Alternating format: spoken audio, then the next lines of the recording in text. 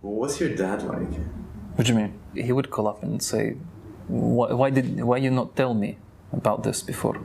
He'd pull up to my house, ask me to come outside and probably punch me. My name is Slava. I'm from southwest Russia, but from Siberia, from Omsk. I was christened as a Russian Orthodox person. I went to church maybe once or twice. So the first time for my christening, the second time, I can't really remember why I went there.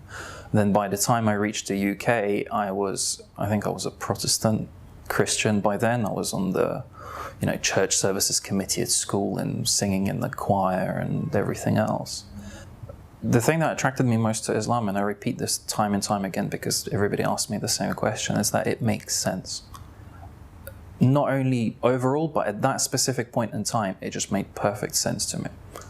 It wasn't the most pleasant of times, even though times were actually good.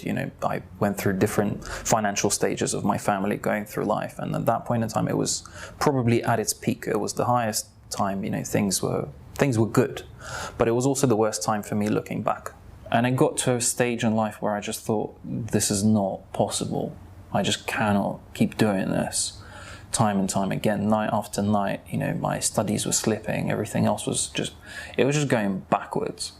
Being in London around that time, it was 2005, 2006-ish. So, it was after the London terror attacks and obviously the 2001 events. The media was savage about Islam generally.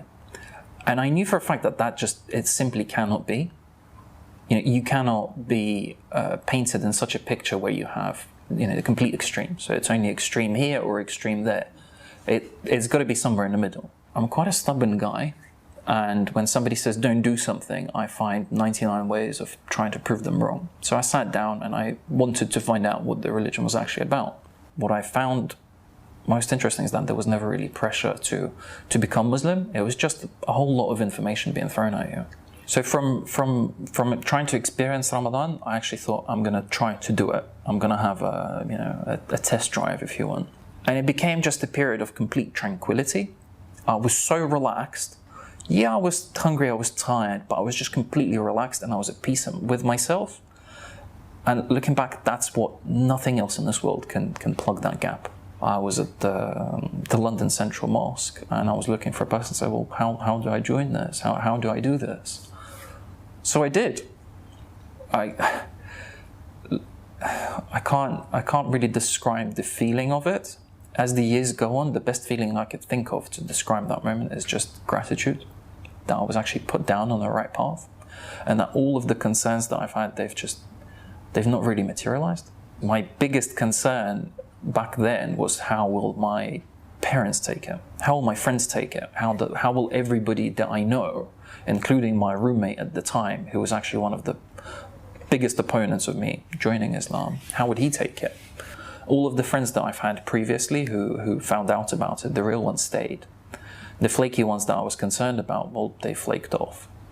What I'm concerned about now is that, what if my friends, find out that I'm doing this charitable work? Or what will people think of me when I'm spending so much time in the mosque? Or, a lot of people ask, well, why? Why Islam? And I say, well, how can you deny something by way of religion where you give? And the more you give, the better you feel. You find yourself in things where you think, God, I would have never done this 5 years ago. Now that I've accepted Islam, I have a clear structure, I have a clear guideline. 9 years ago when I accepted Islam, there wasn't half of the things that we have now. Every morning I wake up and there's some Islamic news on my phone, because it's just set as an update. If I have some free time, I'll download a podcast of an Islamic scholar. And it's just fantastic. There's so much knowledge around you. All you have to do is focus on it. Just find yourself a person who you consider to be a friend. Open up to them and tell them, look, I'm doing this. I'm very worried. If you feel comfortable, say I'm afraid. And believe me, they will come to your aid more times than you could possibly think. They will always be there to guide you, and they will fight your corner, because they don't even realize that you have these difficulties. They want to help you. Remember, if you get somebody to accept Islam and you are their door to Islam, you get so many good deeds. So I bet there will be people fighting your corner every step of the way.